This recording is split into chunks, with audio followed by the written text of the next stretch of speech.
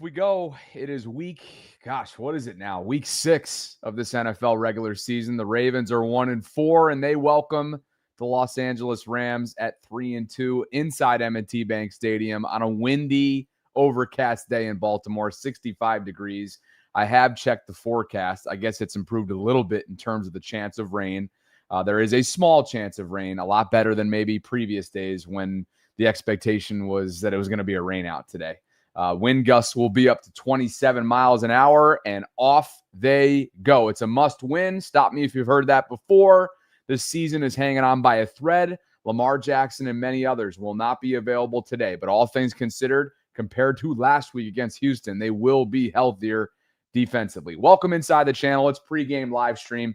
I'm Bobby Trosset. If you could on the way in, please like the video, subscribe to the channel, hit that notification bell. If you'd like to call in and share a thought with me today pregame, there's a link that I have pinned right now in the live chat. Would love to hear from some of you guys.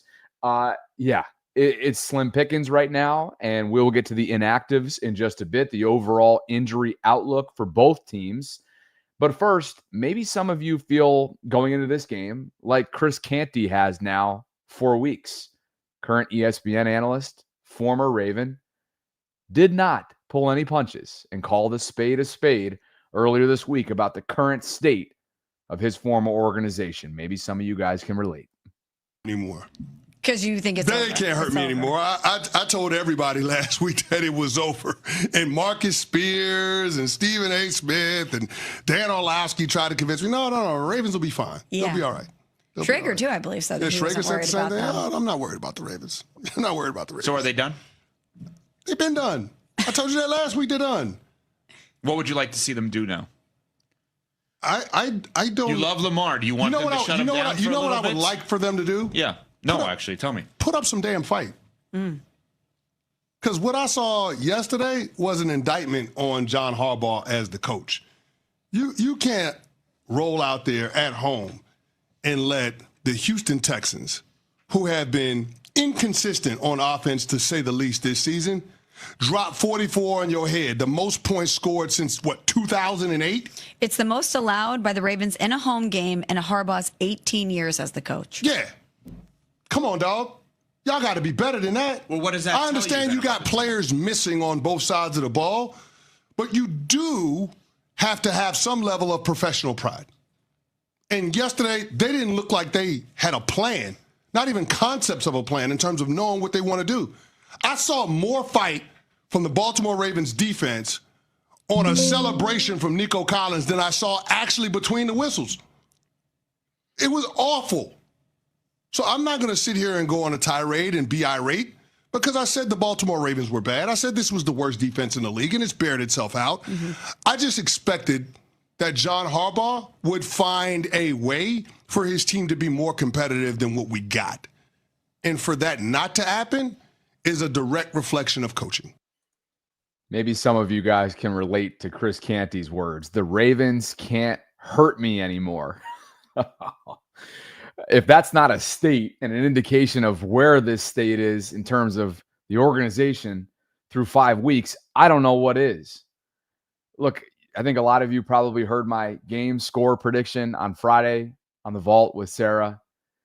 I took no pleasure in it, but I can't with a clear conscience pick against the Rams today. I cannot pick the home team based on what we've seen pre, mid, and potentially post-injury with this organization right now.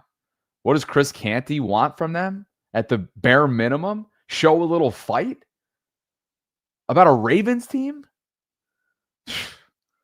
Uncharted waters. That should be the bare minimum.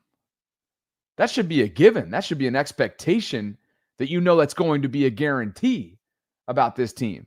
All 3 phases. And yet it's been lacking.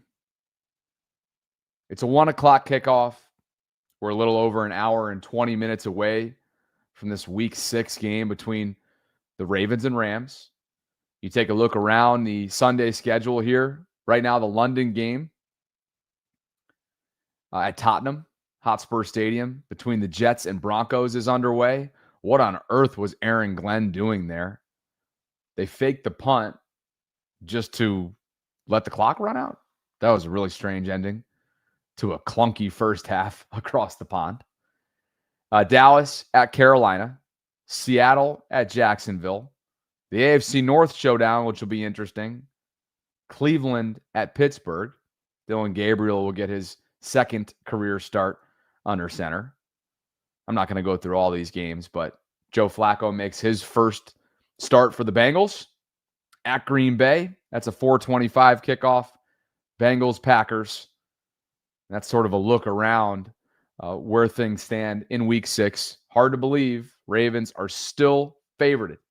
They are still favored to win the AFC North, on the brink of potentially dropping to 1-5 before it's all said and done today.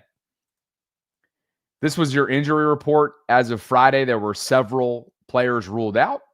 Chido Awuzie, Lamar Jackson, of course, who will miss his second consecutive week. Emory Jones Jr., just a couple weeks removed from being activated off of the non-football injury list, so he's in the middle of his 3-week activation window. Pat Ricard he's going to miss, of course, his sixth consecutive game. But he did return to practice. So perhaps after the bye week, as John Harbaugh spoke about at length earlier this week, you could maybe see number 42 back out there as their starting fullback. Roquan Smith will miss another week, and Devontae Walker, which will be a hit from a special teams perspective, he has been ruled out. So that brings us to the inactives. There's a couple surprises and 2 healthy scratches. One being Aeneas Peebles, the rookie out of Virginia Tech. The other, another rookie, Carson Vincent. Those are your 2 healthy scratches. The rest, no surprise.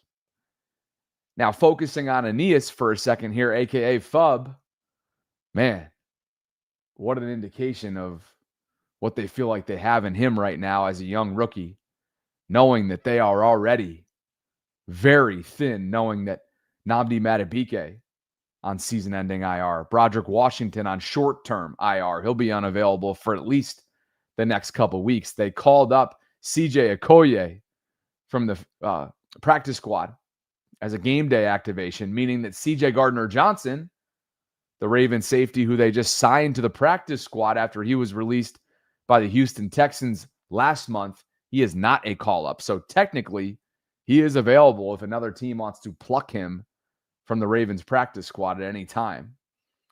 So anyway, inactives, only 2 surprises. Carson Vincent is a healthy scratch. He's your rookie tackle. Joe Noteboom will back up Ronnie Stanley at left tackle. He's good to go. Keaton Mitchell will be active today. Like I said, Aeneas Peebles is down. And that means the Ravens are willing to go with only 4 active interior defensive linemen today. Travis Jones, Brent Urban, John Jenkins, and CJ Okoye. That's it. Those are your 4 active and available starting interior defensive linemen. 4. Scary. It's slim pickings. And when you think about what the Rams are able to do offensively wise, while their run game does not pop off the page statistically through the first 5 weeks of this season, you know they're capable. Kyron Williams is capable. Blake Corum is capable. And they want to complement that run game and in the trenches dominance with their passing attack, which has been dominant so far this year. Matthew Stafford and company with Puka Nacua and Devontae Adams as his top 2 pass catchers that will give the Ravens defense fits today. Again, 4 interior defensive linemen is crazy. David Ajabo will be active today as the 4th outside linebacker, but Aeneas Peebles, again, is down. As for the other practice squad call-up, because the Ravens chose to not activate CJ Gardner-Johnson as a game day call-up from the practice squad, instead, they're bringing up Keandre Jackson. So that's somewhat of a surprise as well. I sure thought that CJ would be up and playing meaningful snaps on the back end alongside Alohi Gilman. But they're not going with him. They're calling up safety Keandre Jackson from the practice squad. And of course, the other game day call-up is Tyler Huntley, who will serve as QB2. Maybe there's a couple wrinkle packages in there for him at the quarterback position, but he will primarily serve as QB2 to Cooper Rush. Now, while we're on this topic, though, of practice squad players and rookies and young players, Ruben Lowry was one of 3 undrafted rookies who made this organization, I should say, who made this 53-man roster at the end of the summer. Ruben's no longer with the team.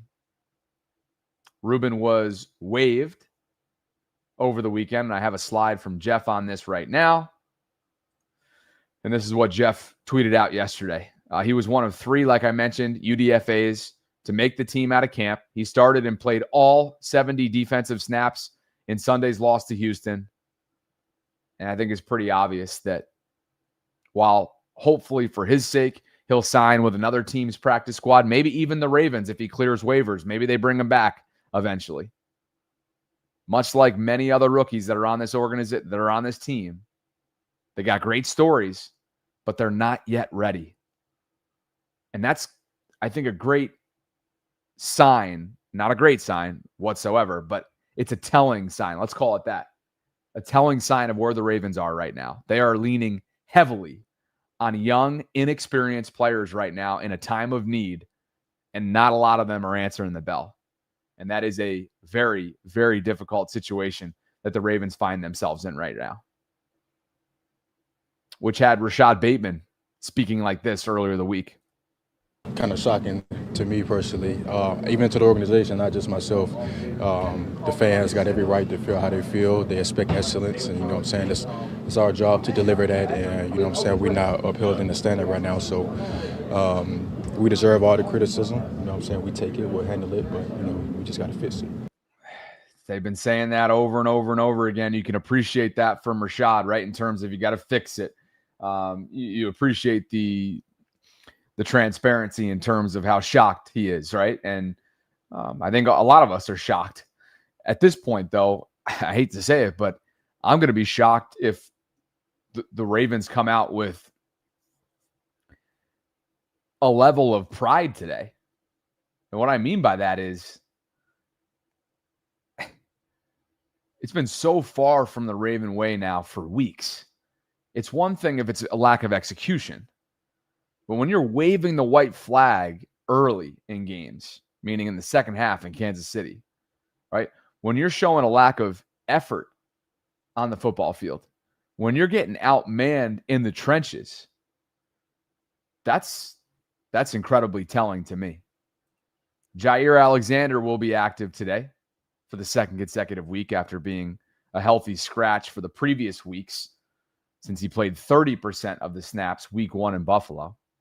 6 different Ravens defenders have allowed 100 yards or more and a touchdown in coverage.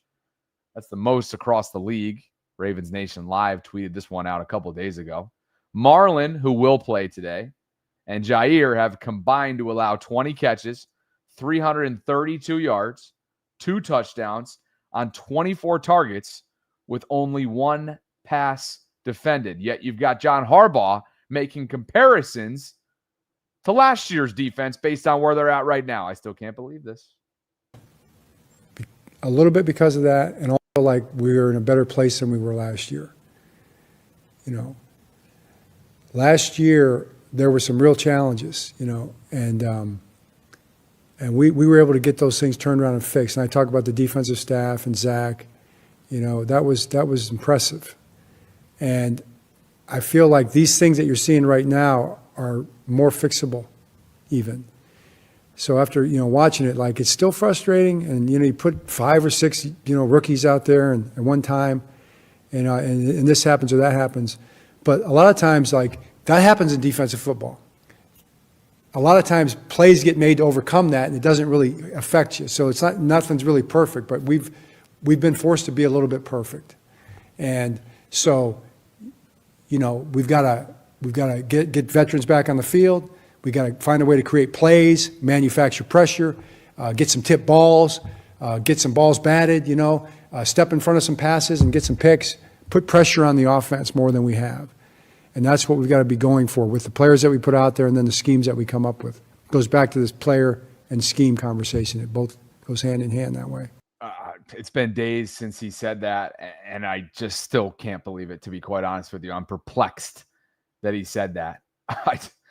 The Ravens, yes, have leaned heavily, like I mentioned, on rookies, so much so there's only one other team that has leaned heavier on their first-year players league-wide than the Ravens have, and that's the Cleveland Browns.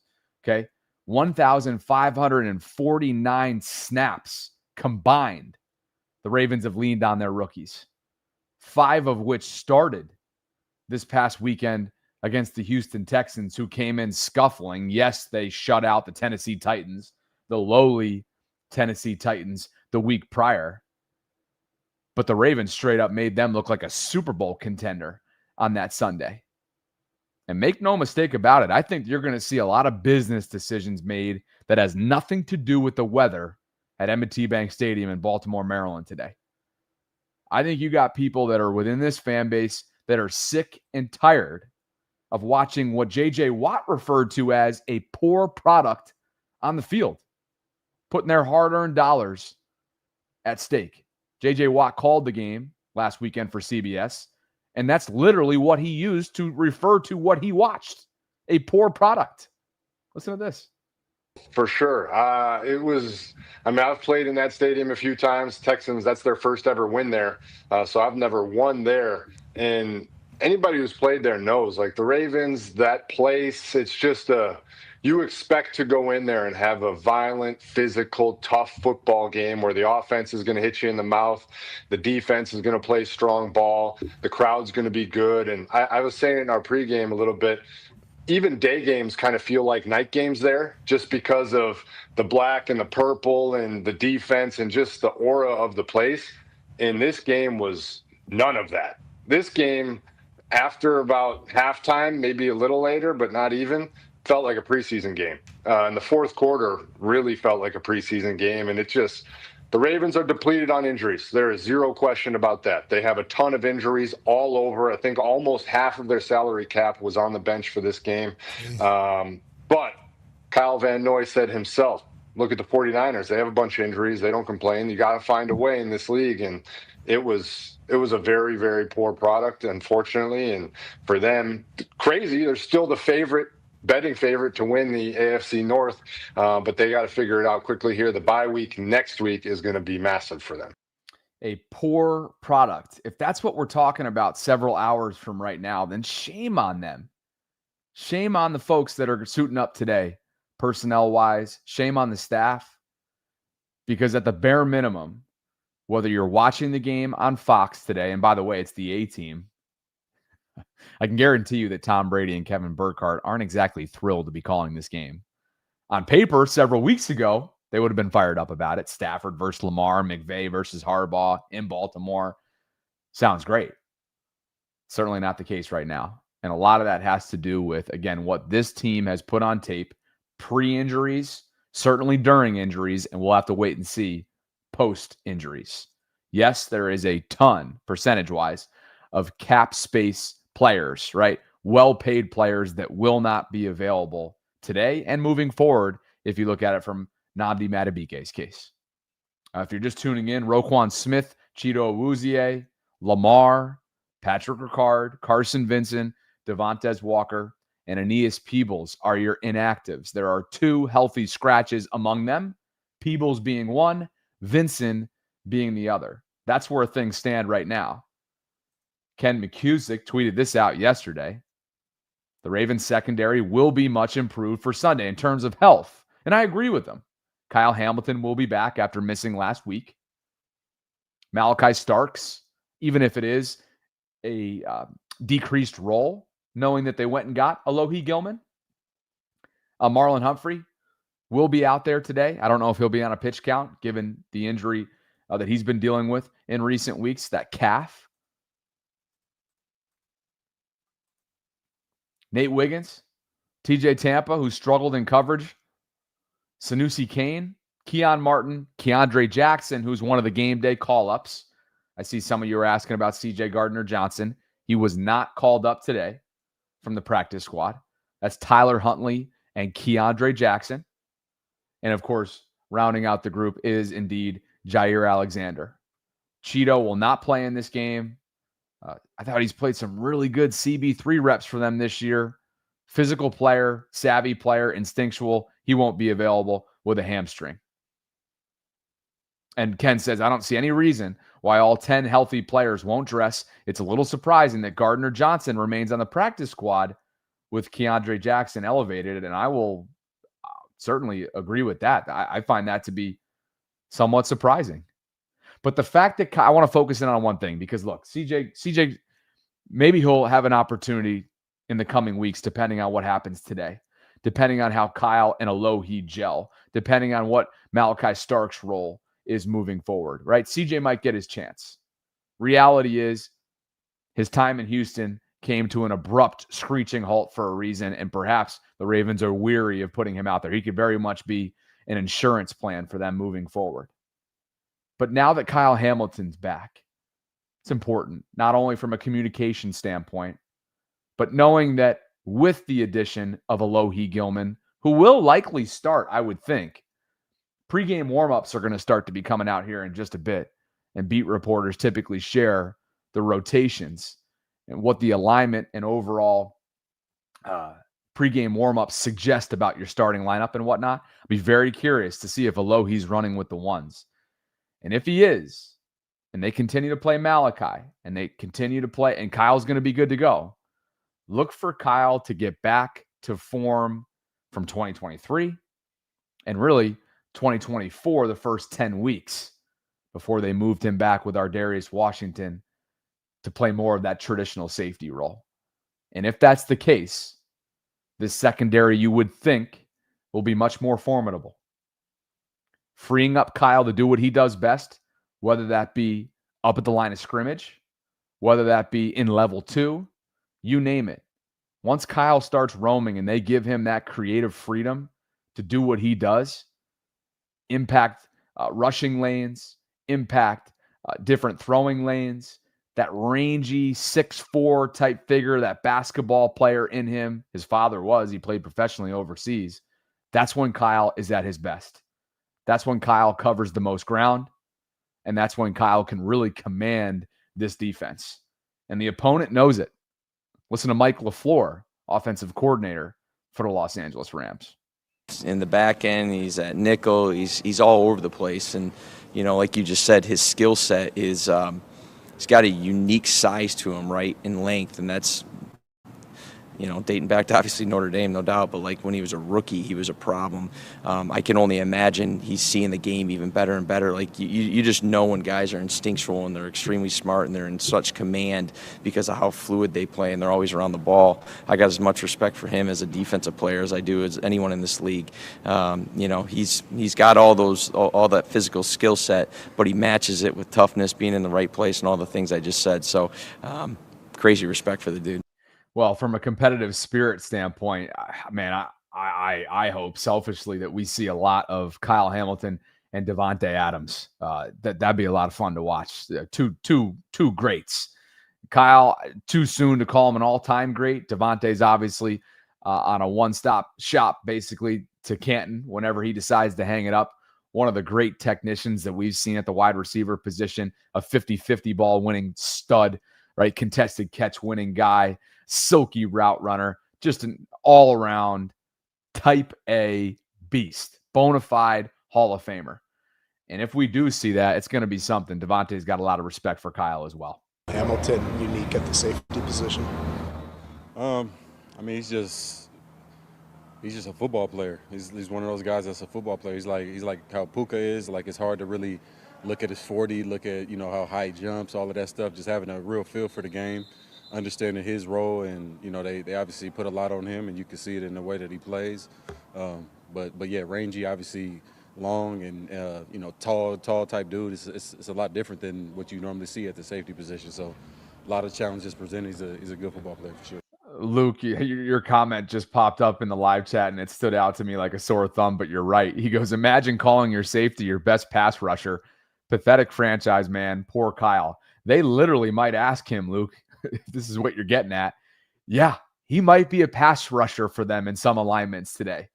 Now, that says a lot about Kyle, but to your point, it says a whole lot more about the current state of this team from a pass rush perspective, especially knowing that Odafe Owe was dealt this week. And on the other end, in comes Alohi Gilman for more work on the back end. I suspect that he's going to be playing very meaningful snaps for this team today. Listen to Mina Kimes and her thoughts on the trade that went down earlier this week between the Chargers and the Ravens.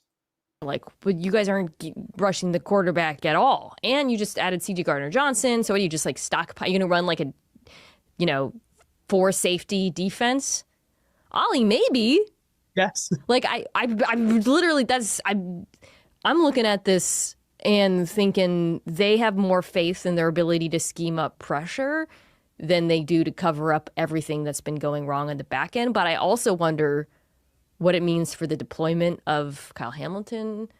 This is a really fascinating, we can get to the Chargers side of it, but a really fascinating move from the Ravens perspective to me. I feel bad for Starks, but he's just clearly in over his head at the moment. You see, and this is not, when they drafted him, they had Darius Washington and Kyle Ellison on the field. It was a completely different vision for this defense.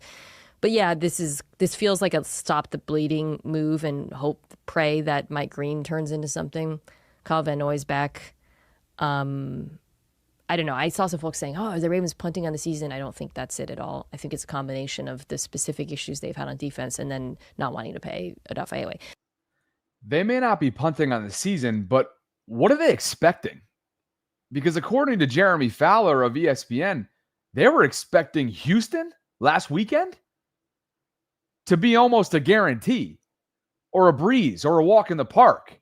Jeremy maybe exaggerated this a little bit off the cuff. Maybe it was paraphrasing a little bit. But if the Ravens truly felt the way that they did, according to Jeremy's reporting last week, then they got something coming to them today, because the Rams are a Super Bowl contender as far as I'm concerned. Panic meter is rising a little bit because, Rich, I can tell you going into this or last week against the Texans, just talking to people there, they felt like that was going to be a get-right game for them. They were legitimately shocked with what happened despite Lamar Jackson being out. They felt like they were going to get back to team complementary ball, playing like a Raven, playing with an edge. They felt like they could help Cooper Rush by running the ball with Derrick Henry. And then suddenly none of that happened. And so I do think there's a shock in the building that has to sort of wear off quickly. And they're trying to navigate this thing. Like, look, when Lamar Jackson's in the game in the regular season, he wins like 72% of the time. So if they can get him back, and I know he's rehabbing, he's been working in the pool, trying to loosen up that hamstring, and everything looks good behind the scenes. He's got to get back on the practice field this week. But if he's out there, they're always going to have a chance to win. But, they were kind of hoping him being gone would be a chance for them to sort of galvanize themselves and play like a complete game. And now, you're looking at 177 points you've given up in 5 games on defense. That's the worst clip in a 5-game stretch in Ravens history, dating back to 1996. And so right now the season's slipping away in a hurry, and I don't know what solutions they feel like they can find right now. Look, one DeThoring or whatever your YouTube channel name is here, this feels exaggerated and inflammatory. That might be the case, right? Who knows if they would ever refer to an opponent as a get-right game. He's probably paraphrasing, and maybe there is light hyperbole included in that report, right? But what we know is, for the second consecutive week, they will be without Lamar, and I got news for you. Even when Lamar was playing for them, and I was going to say was healthy, I actually don't think he's been healthy since week 1, and I think Femi Ayan-Badejo did a great job of breaking down why that might have been the case. Yes, it was somewhat speculative, going back to the Ed Oliver hit and the hamstring and that big hit that he took in the pocket. So I don't know if he's been fully healthy since week 1. I don't want to assume that. But with Lamar in the game, and the Ravens always have a chance. That's one thing Jeremy did not miss on. When Lamar's in the game, the Ravens will always have a chance. Even he couldn't overcome what you're seeing on this screen right now and what Jeremy Fowler just mentioned. 177 points allowed through 5 weeks, guys. Their total defense is giving up over 408 yards per game. That's second to last league-wide. They're giving up over 146 yards on the ground. That's 29th. Through the air, second to last, over 262 yards per game. And opponents, again, I just mentioned the 177 number. That averages out to 35.4 per game. Their scoring defense ranks last league-wide on third down, 27th. Fourth down defense, 27th. And in the red zone, 76% of the time they're allowing the opponent to score a touchdown. I liked what Chris Long had to say earlier this week about what he would do right now. You got to improve a lot on defense. So how do you do that? Last year, Dean Pease was on the staff and like got involved in defense late in the season. Now I think you're gonna have to do it again. I think Chuck Pagano's on the staff. You could double check that. But if somebody more senior than Zach Orr in the building needs to come in and be like, hey, let's put this fire out, whether it's everybody getting healthy or something you tweak in coverage or the way. I think they have to lean on Chuck if he's the guy in the building and say, hey, I know.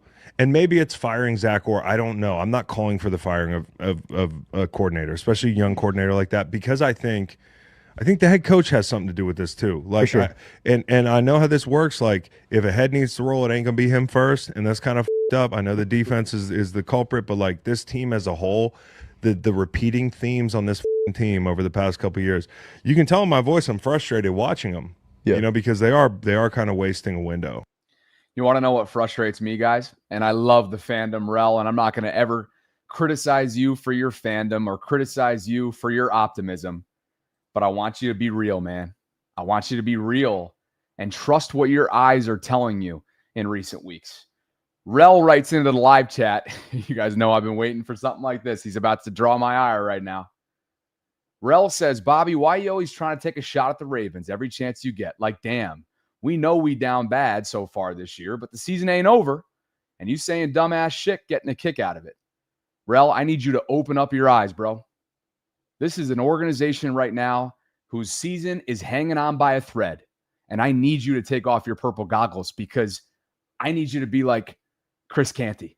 The Ravens can't hurt him or you anymore. Don't fall for it, my man. This team is not winning today. They're not winning. And so if I'm you, establishing realistic expectations today would be a good first start. And what should those realistic expectations be? Take the win out for starters. And like Chris Canty said, wish for some fight, wish for some tenacity, wish for some pride, because we haven't seen that in recent weeks. And that's been pretty uncharacteristic of this organization. Matter of fact, it's been straight up shocking, stunning, to use Rashad Bateman's words. He's shocked. And maybe others, peers of his in the locker room, are shocked as well. All right, I'm calling a spade a spade. I'm not sitting here and giving you a rose-colored glasses view of this game today, unfortunately. I'm sure there's other channels where you can find that. This is not one of them. The Ravens season is hanging on by a thread. They got to go on a major run on the outskirts of the bye week, week 8. The bye week comes in, honestly, great timing, knowing how banged up they are. They've got the Chicago Bears on the other side of it. And yes, from a degree of difficulty standpoint, on paper, which seems really dangerous to assume with this team lately, on paper, the Jair signing was great. On paper, Teddy Buchanan seemed like a potential great linebacker, and I really enjoyed him over the summer. Sarah and I had him on the show. Hopefully he develops, right? Hopefully he develops into an every down linebacker. He's not there right now. On paper, Malachi Starks seemed like a great Raven all throughout the summer. He's probably, I'm going to guess, he'll see a decreased snap count. He's not ready. The inexperienced players that they're leaning on right now are not ready. We're going to find out a lot about Mike Green moving forward, knowing that they shipped out Odafe Owe this week. Is he ready for an increased snap count? He's already been out snapping for weeks now, Odafe. Maybe that led to the decision to send Owe to a change of scenery in Chargers country. But you know what I'm saying, man? Like, this is the current state. This is reality right now of where this organization is at the moment. Okay, so I'm not taking joy in it. I'm just giving it to you how I see it and how I think a lot of people see it within this fan base right now. Rel, you can get into the bank as of yesterday for as little as $23. Can somebody check that for me to see what the update is on SeatGeek? Because the ticket prices are plummeting because people want to see a legitimate product. The Ravens haven't been giving a legitimate product. for weeks now, and they're starting to see a hit business-wise because of it. Now, those tickets will go back up, I'm sure, once Lamar gets in. But if they continue to put this product out there, even if Lamar is available, you're going to see a downtick. And that's a problem. And at some point, something's got to change.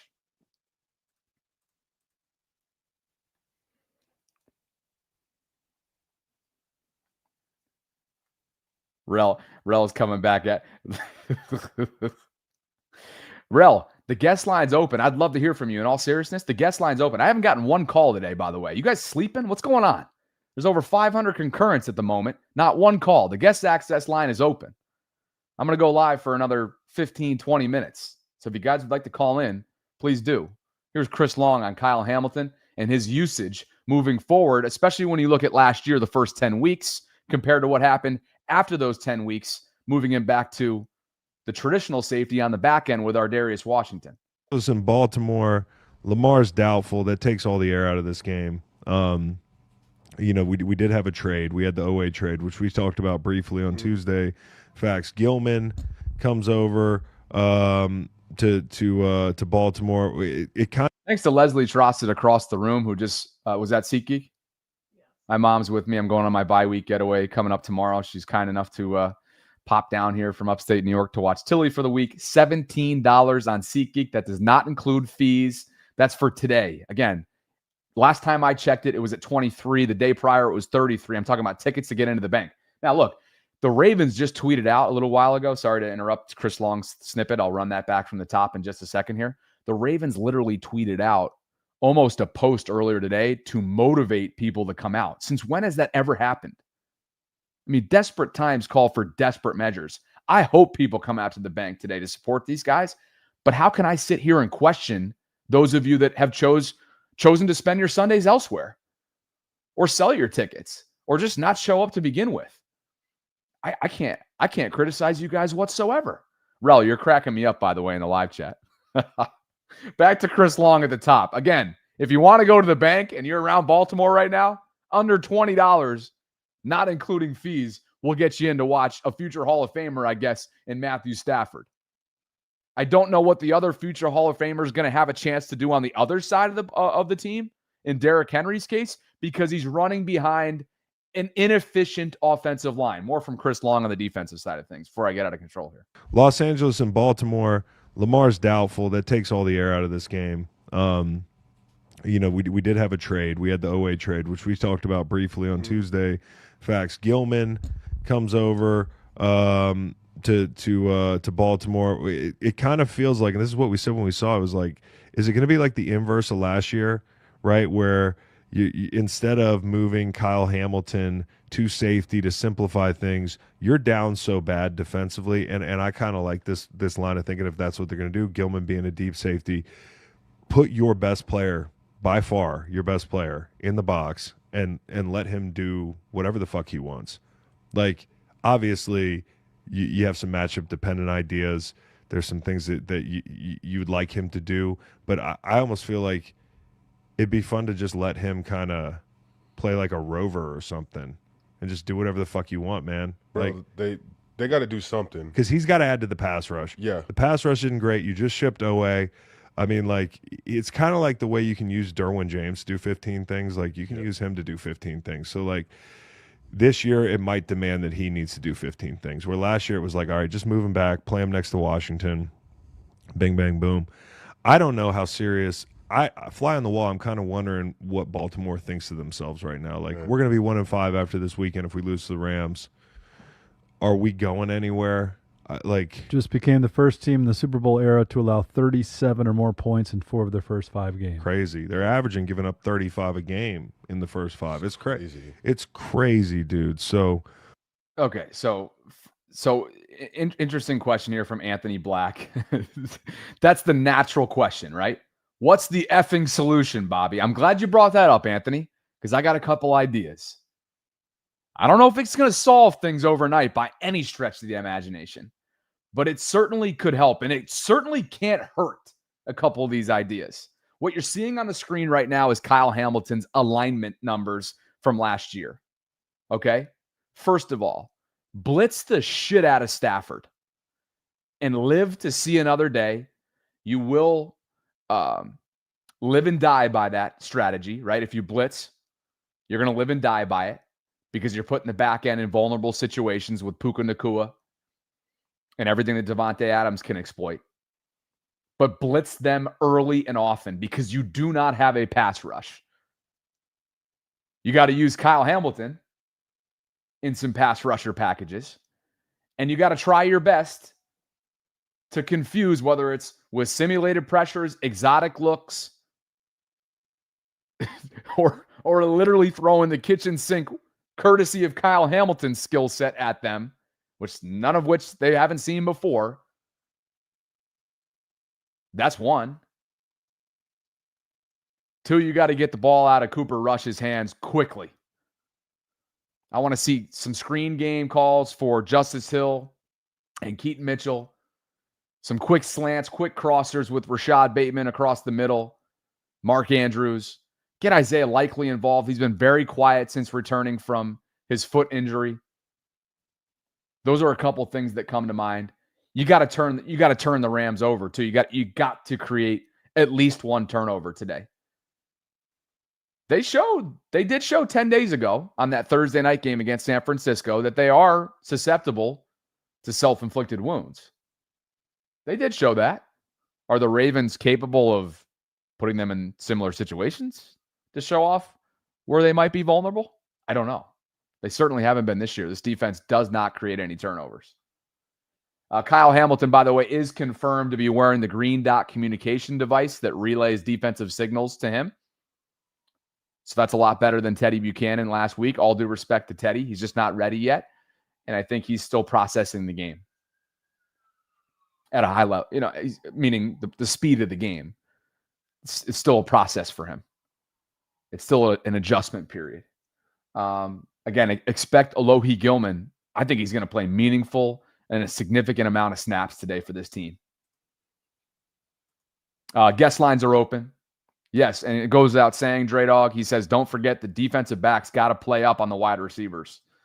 I think Wiggins is going to – I can't wait to see Nate out there today. Again, I don't expect the Ravens defense to be all that competitive, but you already know Wiggins will be. Wiggins will be a bright spot. Julian's in the house. What's going on, Jewel? You're 60 seconds. Let me cue this thing up just a second. Our first call. Man, you guys are slacking today. What the hell's going on? I know it's raining up there or it's overcast and it's kind of doom and gloom right now. Where's everybody at? Jewel, thanks for starting the process. Welcome in, brother. I figured I'd start it off, Bobby, because since nobody else is going to do it, I figured I'd start it. Talk to me. This game comes down to the trenches on both sides of the ball. If there's no push up front on the offensive side, on the offensive line, this game is not going to, matter for the Ravens. And then on the defensive side, like you said, they saying, the cornerbacks have to play them, play them tough and, press up on them. But if there's no pressure up front, then it's not going to matter. And that's our biggest weakness. Both sides of the ball in the trenches have been our biggest weaknesses. And I get what Rel is talking about. I get his fandom. I totally get it. But we've exhausted all of that optimism after they lost these last 4 games. So we're just numb to it. I get what he's saying, but it's like you don't want to waste your time going to a Ravens game and just being disappointed this year. Yeah. That's just how it is right now. Yeah, unfortunately, they find themselves in that situation. You led me to talk about pressure. That's where I'm going, brother. Enjoy it today. We'll catch up with you later. Thanks, Julian. All right. Mm-hmm. Yeah, I mean, Julian said it, right? It's no secret. This team does not get home. And this graphic, man, if that doesn't officially confirm it and a whole lot more, I don't know what does. The Ravens edge rushers, guys, this is pre-Odafe Owe being dealt, of course. They've faced the chip block on just 5.4% of their combined pass rushes this season. That's the lowest rate in the National Football League by far. No other defense has had their edge rushers chip blocked at a sub 10% rate. They don't scare anybody. And guess what? Even though Odafe Owe was underperforming this year, had not logged a sack through 5 weeks, coming off his first ever double-digit sack campaign the year prior, he was their best pass rusher. And now he's gone. So they weren't able to get to the quarterback with Odafe, and they're certainly not going to be able to get to the quarterback without Kyle Hamilton, put him aside, without Odafe Owe. So, yeah, that's going to be a problem. And it further emphasizes their desperate need, if you're Eric DeCosta and company, to go out and get a guy between now and November 4th when the trade deadline hits. 4 p.m. Eastern, November 4th. You got to go get a guy. I don't think the Giants are going to particularly be sellers, at least not to the extent of what they would have been a week or two ago after what they did to the Eagles on Thursday night with Jackson Dart and Cam Scatteraboo. But the Jets, based on what I'm watching right now, what's the score right now of this London game? Jets Broncos, 9:30 start at Tottenham across the pond. It's 13-11. Broncos, wow, what a clunker the Europeans are getting over there. That's brutal. 3+ minutes left in that game. 13-11 Denver over the Jets. Oh my gosh. Jeff Zaribek says early indications in warm-ups suggest that the Ravens are going to stick with the same starting offensive linemen. Voorhees and Fa'alele are lining up as the starting guards. That means Ronnie Stanley will be back at left tackle. Voorhees at left guard. Linderbaum at center. Fa'alele at right guard. And, of course, Roger Rosengarten at right tackle, despite what John Harbaugh suggested earlier this week. Again, on potential changes coming to his starting five. On the table. I mean, we always consider that. We look at it. I'd say it's a conversation every week. Sometimes it's not really a conversation because you know who you're. When Kyle's healthy, I know he's going to be our starting safety. And Marlon's going to be our starting nickel. But there are guys that are in that area where they still have to prove themselves. And those guys are under consideration all the time. They are the starters because they have earned that to a point. But you got to keep earning that, and you got to keep getting better. You can't plateau. It can't be like we want to build something, and then all of a sudden it's not getting there as fast as we think it should or we envisioned it. If we were hoping for you to make more progress as a player, and it's not happening, then at some point in time somebody else is going to get a chance, and that's just the way it should work. Everything may be on the table, but it sure looks like, again, according to reports from beat reporters on the scene, that he's sticking with the same combination of his 5 starting offensive linemen. This is a group that has not been able to do anything for Derrick Henry. This is a group that had Cooper Rush under duress early and often. And quite frankly, this is a group that even Lamar himself, who probably was far from 100% over the last few weeks leading into the last couple games that he's missed due to that hamstring, this is even a group that had Lamar Jackson unable to escape, something that is always a guarantee with his God-gifted elusiveness. This is also a group that's going up against a stud defensive front in Rams country, who statistically is a top 10 defense so far through the first 5 weeks. It's also a group that has a guy by the name of Jared Verse, your reigning defensive rookie of the year, that was pissed off earlier this week that Lamar wouldn't be playing because it'd be the first time, it would have been the first time that Jared had a chance to go up against Lamar. Don't worry, Jared. You got a lot less mobility to worry about. Here's Jared Verse, a second-year player out of Florida State. If Lamar can't play on Sunday, you're disappointed to not get the opportunity to sack him? I'm furious about it. I want to play Lamar just because, he's one of the best quarterbacks, currently, and then also, you put him in that conversation of not just running quarterbacks, but quarterbacks ever. He's up in that conversation. But, it's also you have to plan differently when he's not playing. We're still going up against an NFL quarterback, still very good. He still can get the ball out fast, get the ball out to who he needs to. So it just brings a whole different set of challenges. Jared Verse, boy, look out for him. He's going to be a problem. And you hear him at the beginning there, I'm effing furious. That's what he said about the fact that Lamar would likely at that time, and now he certainly is confirmed not to be playing. He wouldn't have his first chance, his first crack at Lamar. That dude's going to be a future pro in this league, by the way. He already is a pro, obviously, but he's going to be a mainstay in this league for the time being. Sometimes when you have guests come here and they start ripping audio across the living room, you lose your train of thought. Great to have Madre in town for the next few days. Pre-game warm-ups, Jonas Schaefer noting just a moment ago that Kyle Hamilton and Malachi Starks are the starting deep safeties. Okay, that's pregame warm-ups, indication of what the starting lineup could be. Marlon Humphrey is starting in the slot in the warm-ups. Nate Wiggins and TJ Tampa are the starting outside corners. So somewhat surprising, I think, that Alohi Gilman isn't out there. But it sure looks like the Ravens are sticking with, again, Kyle Hamilton and Malachi Starks as the starting deep safeties in pregame warmups. Marlon Humphrey, as he typically is, in the slot, okay? And Wiggins and Tampa as the outside starting corners. That means they're not going to roll with, at least initially, Jair Alexander, and they're not rolling with the newcomer in Alohi Gilman, who very well is capable, absolutely is capable of starting on this team immediately, I would think, based on what he's done for the Chargers and based on some of the skill set that he brings to the table. So, again, those are some indications of what could be coming, at least initially, in terms of overall lineup. This episode is brought to you by my friends at Preston Automotive Group. And guys, I think you know the drill by now. 2 years running, crazy enough, over 2 years at this point, I've been driving around in the Bobby Baltimore Bronco. And if you go to any Preston dealership in and around the Baltimore area, you've got two different deals that are available to you. And you can go to this specific landing page that you're seeing right now via the screen share tool by clicking on the QR code, or scanning, I should say, the QR code in the upper right-hand corner of the screen that you're looking at right now. There's also a direct link in the show notes, and you can cash in on a couple different things. $500 towards a new or pre-owned vehicle, or you can buy 4 tires and receive 50% off your alignment. If you want to contact them, just fill out what you're seeing on the screen right now. All of my social media links in the meantime are right here. And over 3,400 vehicles right now make up their available inventory section. You can break this thing down easily, category by category, whether that be price, vehicle condition, year, make, location. You don't have to be directly in Baltimore City or around it.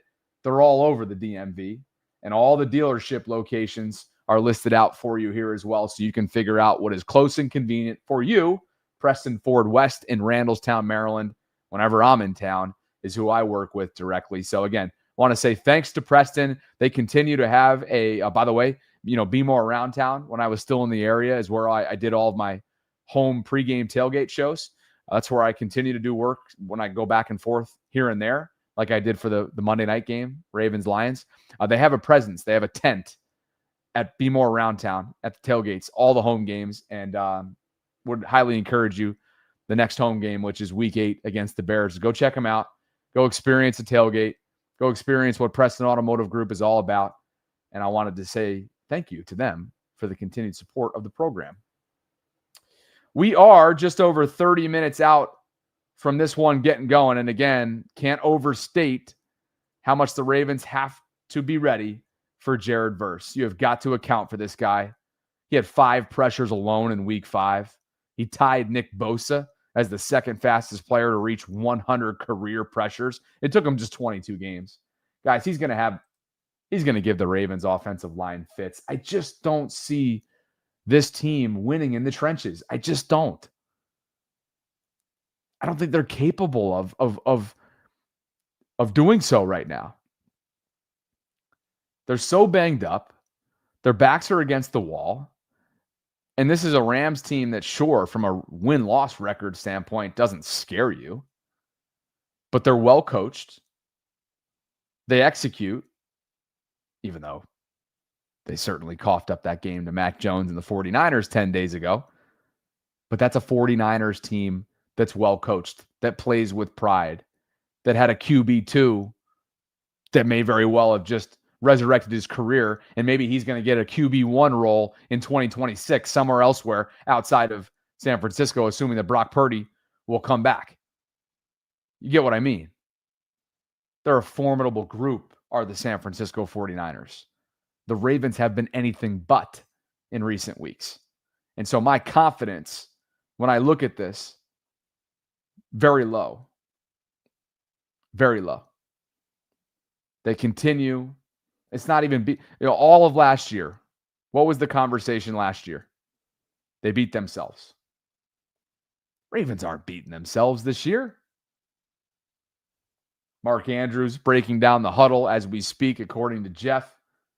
Kickoff in just over 30 minutes. I'm going to go give myself a fresh breath of air. Get ready for this game. Sarah and I will get our post-game live stream going around 5 o'clock or so. We hope you'll join us. You can join the Discord group, by the way, for in-game conversation and dialogue in real time by going to the show notes where they have a free access link. I look forward to breaking all this thing down on the other end. Ravens' backs are against the wall. Got to have it today. Got to have it. I hope you guys enjoy it. For those of you that are getting down to the bank, safe travels on your way back. Hopefully the rain holds off. If you could on the way out, like the video, subscribe to the channel if you haven't already done so. Hit that notification bell. And be ready. They got to do the unthinkable today. One more week, likely, being this one, without Lamar, and then you get a very, very early bye week coming up next week. You lick your wounds, look yourself in the mirror, get some guys back, and try and make a second half run. That's what the Ravens are staring ahead at. But they can't look too ahead because they got to get business done first and foremost today. It's a 1 o'clock kickoff inside M&T Bank Stadium, 65 degrees, light, small chance, I should say, of rain. Gusts of wind will be up to 27 miles an hour. That means you have got to run the football effectively, something the Ravens have not done for weeks on end. You got to get it today. I'll catch up with you guys after the game. Thanks for stopping by, and thanks to Preston Automotive Group for the continued support of the channel.